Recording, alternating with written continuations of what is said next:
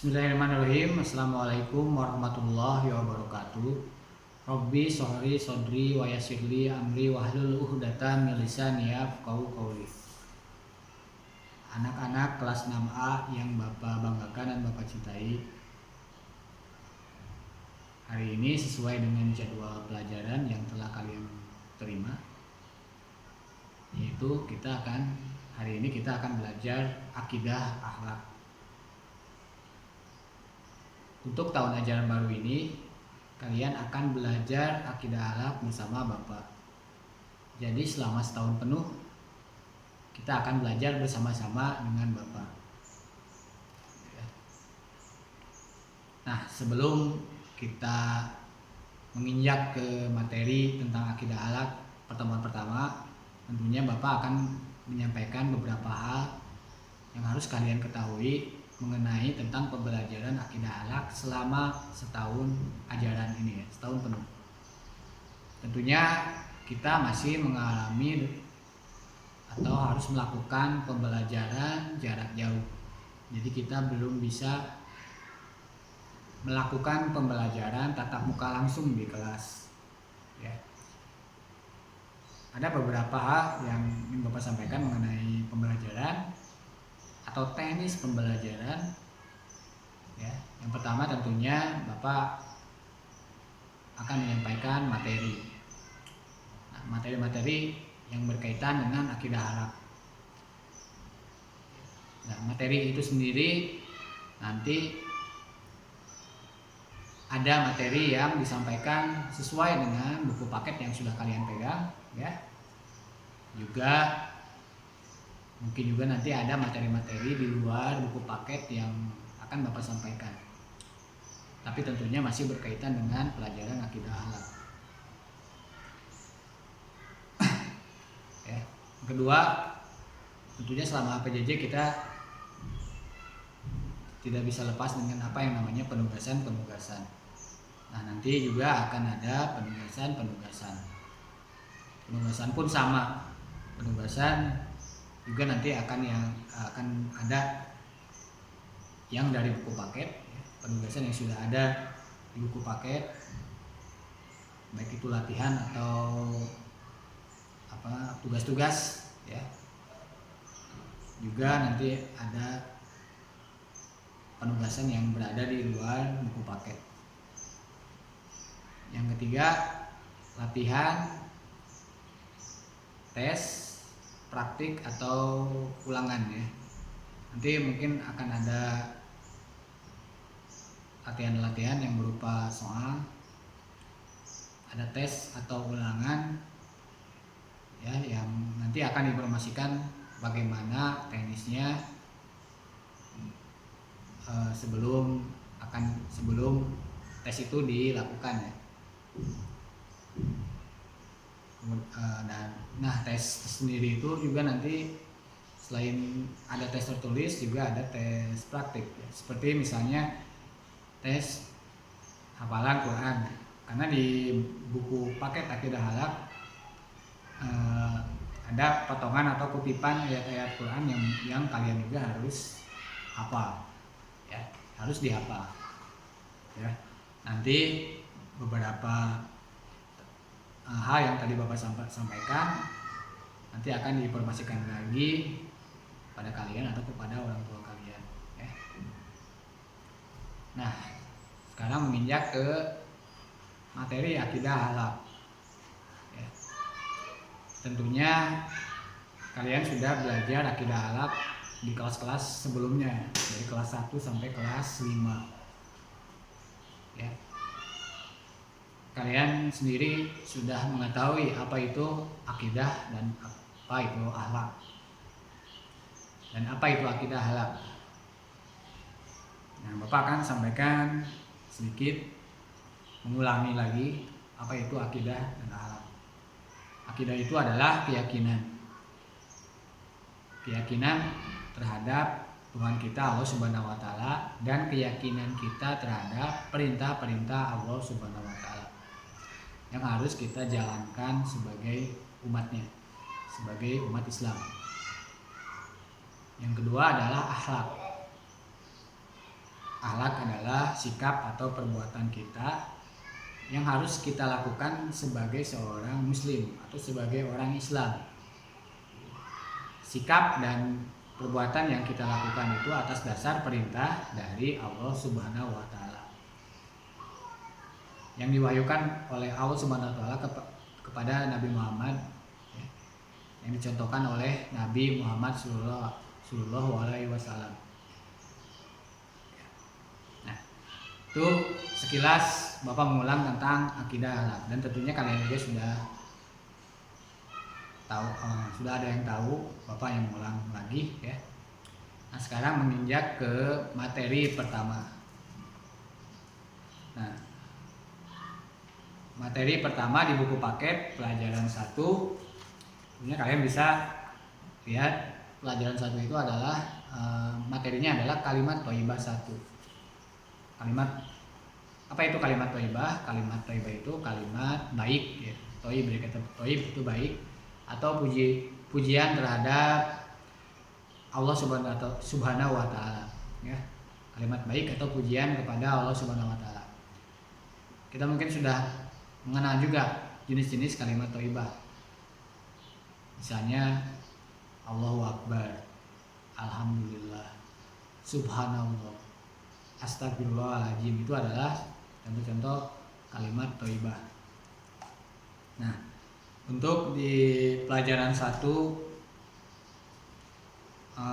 kalimat thayyibah yang akan dibahas adalah kalimat istighfar ya.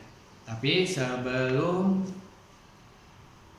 menginjak ke pembahasan tentang kalimat istighfar, kalimat thayyibah istighfar, nah, di halaman 2 ada tilawah ya, ada petikan surat Al-Quran ya, yang harus dibaca dari Al-Quran surat An-Nazi'at ya, ayat 1 sampai 14. An-Nazi'at itu surat ke-79. Nah, ini harus dibaca juga oleh kalian, dan Bapak akan baca sekarang. Nah, nanti memang ada hafalan, tapi memang tidak sekarang ya. Nanti ada tes hafalan mengenai surat An-Nazi'at ini, tapi bukan sekarang.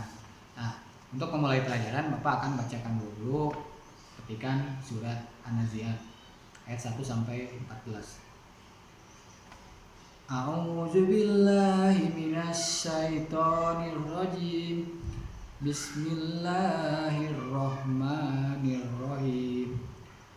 Wan nazi'ati gharqa wan nasitatin nasta was-sabihati sabha was-sabiqati sabqa fal mudabbirati amro yauma tarjufur rajifah tatba'uhar radifah qulubu yauma ijiw wajifah absaruha khasi'ah yaquluna a'inna lamarduduna fil hafirah aiza kunna izoman nahirah qulu tilka izan karrau khasirah fa innama hiya jazratu wahidah wa izahum bisahiro. Nah, itu adalah petikan ayat Al-Quran surat An-Nazi'at dari ayat 1 sampai 14. Nanti kalian baca juga di rumah masing-masing. Nanti akan ada juga tes hafalan mengenai surat ini, tapi Bapak akan informasikan selanjutnya. Jadi bukan hari ini ya. Kita langsung ke pembelajaran ya. Kalimat thayyibah istighfar atau kalimat istighfar. Kalimat istighfar itu ada dilafalkannya adalah dengan kata astagfirullahaladzim. Astagfirullahaladzim sendiri mempunyai arti aku meminta ampun kepada Allah Subhanahu wa taala, ya. Arti kalimatnya adalah aku meminta ampun kepada Allah yang Maha Agung. Itu adalah arti dari astagfirullahaladzim. Nah, biasanya kalimat istighfar ini, astagfirullahaladzim ini diucapkan pada kondisi dan keadaan tertentu. Misalkan kondisi ketika kalian mendapatkan musibah, ya, atau kondisi ketika kalian mendapati atau melihat sesuatu yang kurang menyenangkan atau yang tidak berkenan di hati kalian, ya. Contohnya banyak, ya. Misalnya kalian timpa musibah, misalnya kalian karena mungkin di sini ada yang hobi naik sepeda, hobi sepeda-sepedahan. Ketika naik sepeda, kemudian karena jalannya jelek jatuh, nah itu kan kondisi yang tidak baik, kondisi yang tidak menyenangkan. Maka ketika jatuh, ucapkan istighfar, ya, astagfirullahaladzim, ya. Mungkin karena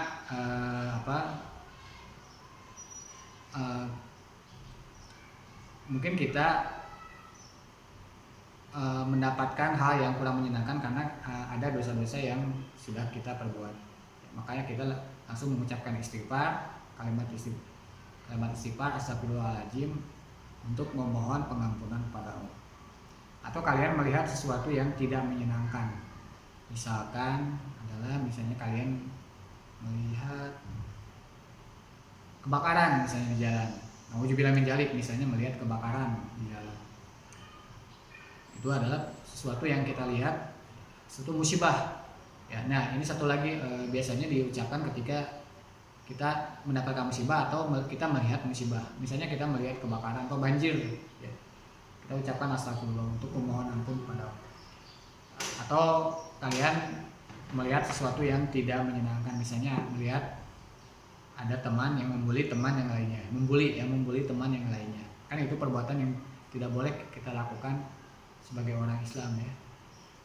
Sebagai pengaplikasian akhlak terpuji, yaitu tidak saling membuli antara satu teman dengan teman lainnya. Kalau misalnya kalian melihat ada teman kalian yang membuli, ucapkan istighfar. Mudah-mudahan ucapan itu tersebut akan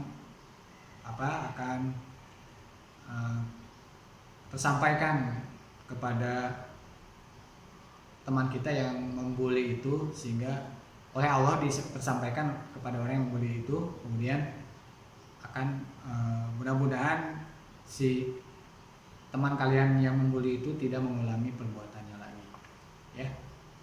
Itu adalah kalimat istighfar. Nah,